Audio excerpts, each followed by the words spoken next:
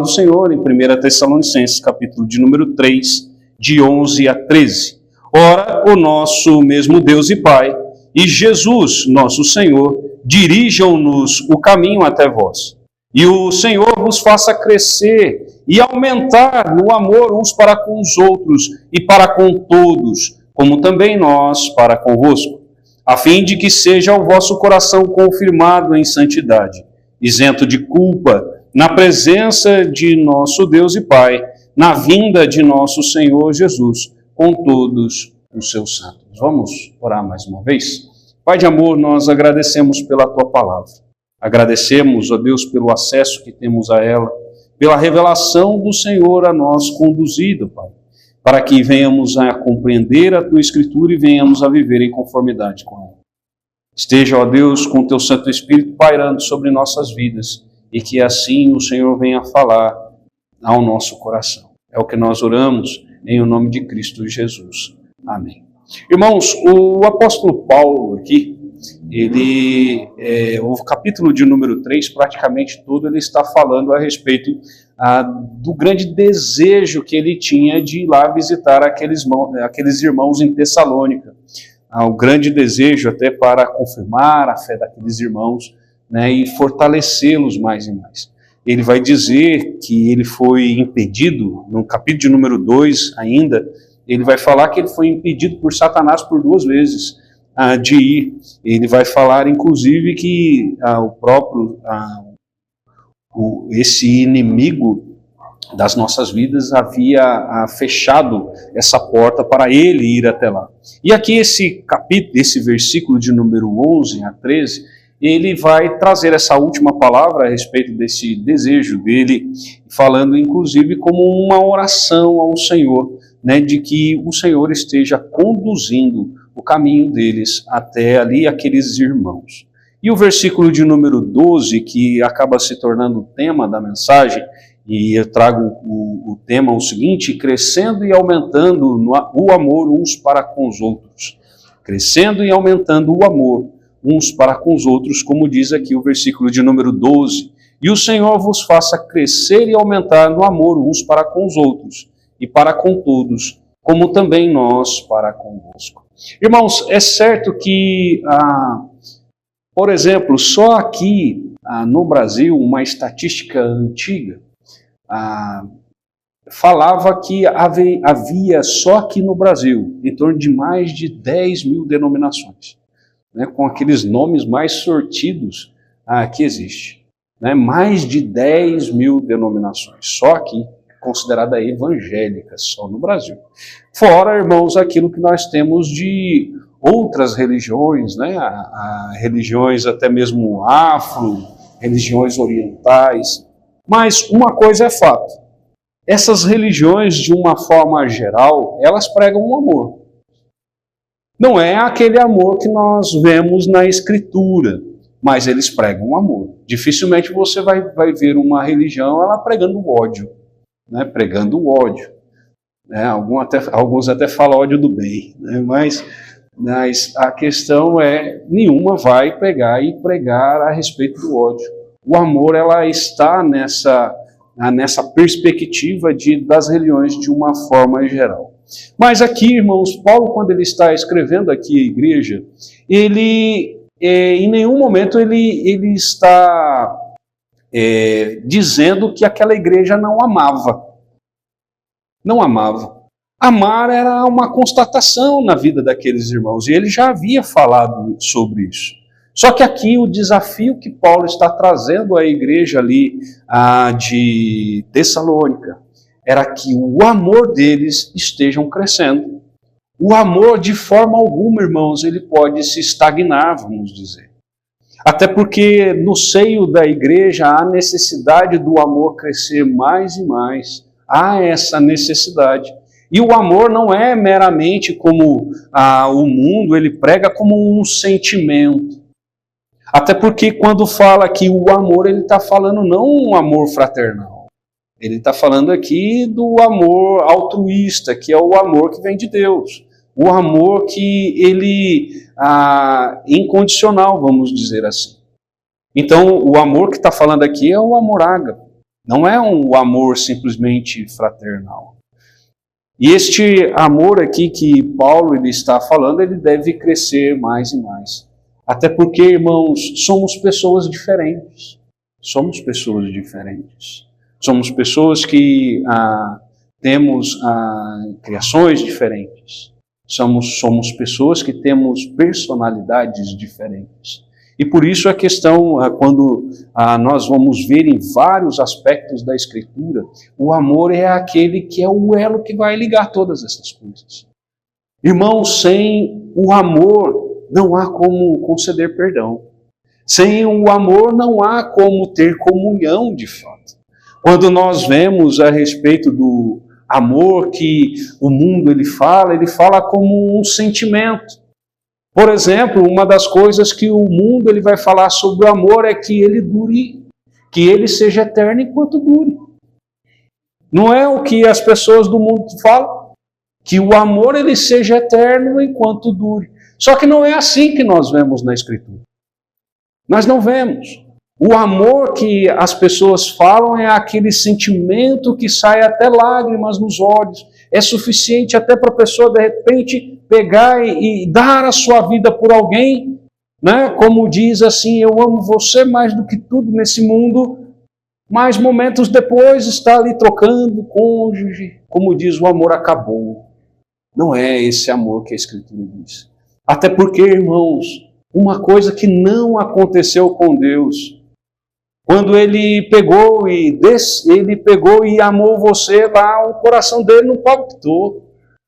Deus, como diz, saiu uma lágrima dos olhos de Deus, porque, como diz assim, Deus olhou para o seu rostinho e falou assim, não consigo viver sem ele. Não consigo viver sem esse meu filho. Não foi isso. Deus, ele decidiu nos amar. Não foi o coração que palpitou.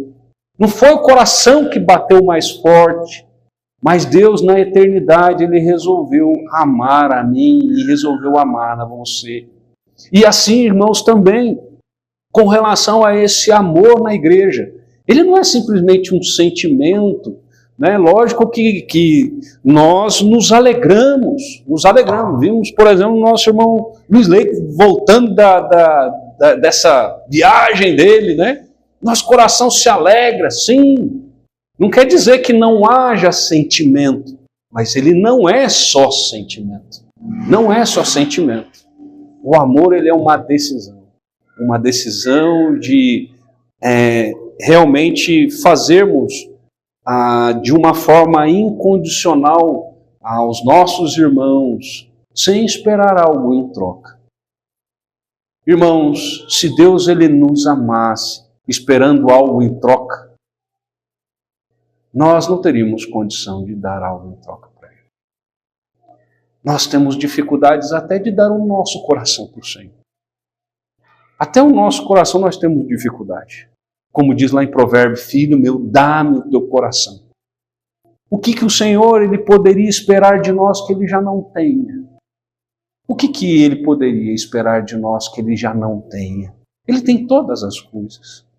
Por isso, irmãos, a questão aqui desta decisão, da decisão importante, uma decisão importante dentro da comunidade do Senhor, daqueles remidos do Senhor, daqueles que Ele ajuntou. Nós não fomos colocados aqui, irmãos, na igreja de Cristo de forma aleatória. O Senhor falou assim, opa, lá em Alto Santana está precisando de alguém, vou mandar. Não, irmãos. Esse daqui, o fato de você estar aqui nesse lugar é plano de Deus. É um plano de Deus. Mas é um plano de Deus para que você desenvolva a sua fé aqui.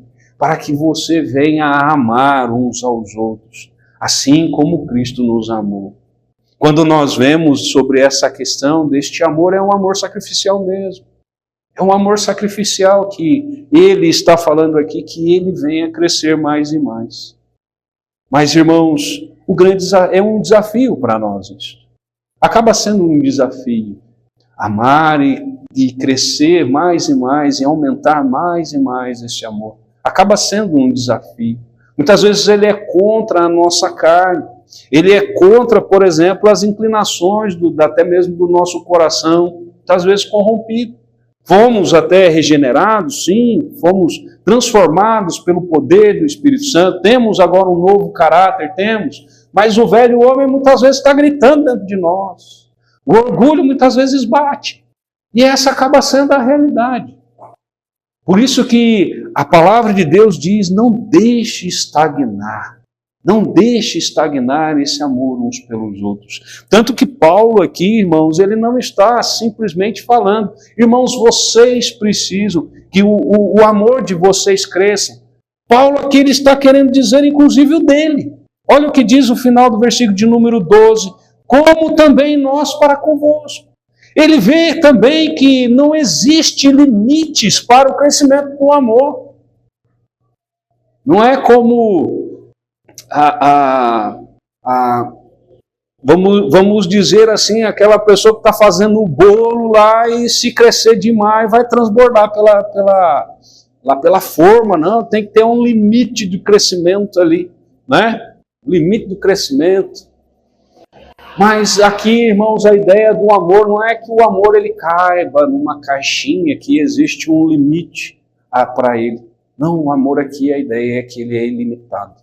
Há condições. Se você ama muito, há condições do seu amor crescer. E aqui o que Deus está trazendo através desse texto é: tenha sempre em mente que há necessidade do teu amor crescer mais e mais para com os irmãos. Se o nosso amor crescer mais e mais, irmãos, o quão nós iremos pensar muito mais nos nossos irmãos do que em nós. Olhemos lá para Filipenses, capítulo de número 2, eu gosto demais deste texto.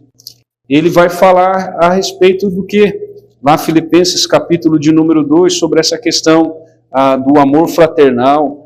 Olha o versículo de número 3 e 4 de Filipenses, capítulo de número 2. Irmãos, isso aqui é só quem ama, não é uma questão de um esforço. Para quem ama, essas coisas se tornam até mais naturais. Por isso que o grande esforço não é fazer as coisas, mas é que o amor esteja crescendo mais e mais. Olha o que diz Filipenses capítulo de número 2, versículo de número 3 e 4. Nada façais por partidarismo ou vanglória, mas por humildade, considerando cada um os outros superiores a si mesmo. Não tenha cada um em vista o que é propriamente seu, senão também cada qual é dos outros. Irmãos, isso daqui é o amor em prática. O amor em prática. Ele vai falar aqui por humildade. Humildade, ele é ao contrário da arrogância, é ao contrário do orgulho. Irmãos, com coração orgulhoso, com coração soberbo, não há espaço ali para o crescimento do amor. A questão é a necessidade de mais e mais o esvaziamento disso, para que realmente o amor ele venha a crescer. Irmãos, talvez quando nós olhamos para textos como aquele e demais outros, nós olhamos assim e falamos, olha, é muito elevado para mim. Essas coisas aí parecem impossíveis para mim. Nós estamos agora num momento de Olimpíada, né? E tem aquele salto com vara, que o homem vem correndo por... O homem e a mulher, né? Tem hora que a gente olha assim e fala assim, opa, tá muito alto lá. Tá alto demais, acho que eu não vou conseguir pular. Na verdade, irmãos, sempre será elevado. Nós não teremos condições por nós mesmos. Quando fala em aumentar o amor, ele não está falando de você fazer um esforço, meramente você tentar gerar isso no seu coração. Mas isso é apenas rendição mais e mais ao Espírito Santo. É Ele que vai desenvolver isso na sua vida. A questão é rendição ao Espírito Santo. Se rendendo mais e mais ao Senhor. Tendo comunhão, afinal, com o Senhor. Afinal, Ele é a fonte do amor. Ele é a fonte desse amor. Quer que o teu amor pelos irmãos, esse amor, ele venha a crescer ou venha a brotar de forma verdadeira, é com o auxílio do Espírito Santo. Não é através meramente do teu desejo, a partir de agora eu vou fazer. Você pode tomar uma decisão hoje de buscar na fonte. De buscar mais e mais na fonte para que esse amor ele venha a crescer. E assim, irmãos, crescendo o amor uns para com os outros, nós vemos aqui a finalidade. Qual é a finalidade? Simplesmente para que nós sejamos conhecidos como pessoas amorosas, para que simplesmente nós sejamos conhecidos pelo mundo como pessoas que amam uns aos outros, mas aqui inclusive não é só uns aos outros. O texto ele vai falar uns aos outros e para com todos. Então aqui, todos aqui está inclusive os de fora da igreja. Né? Amar os de fora da igreja. Então não é só dentro da igreja. Para que o amor até mesmo pelas pessoas do mundo venha a crescer mais e mais. Quando há amor, há interesse. Quando há amor, há compaixão. Quando há amor, há misericórdia. Quando nós vemos lá sobre esse fruto do Espírito, né, o primeiro lá, vamos dizer, desses gomos, porque o fruto é um só, não são vários frutos, é um fruto só. O primeiro lá é o amor, né, o amor. E aqui então a finalidade, nós vemos aqui versículo de número 13, ele vai dizer, a fim de que seja o vosso coração confirmado em santidade.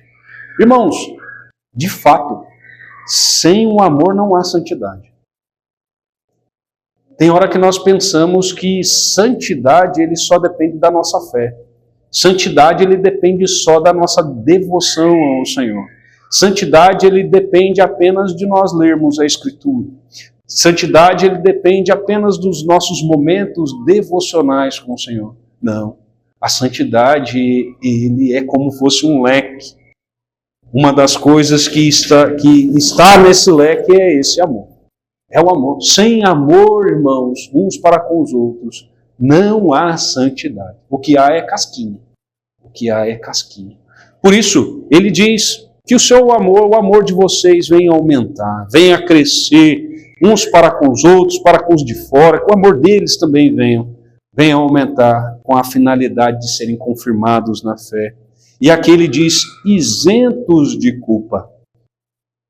Irmãos, a própria palavra de Deus diz que o medo, o amor lança fora todo medo.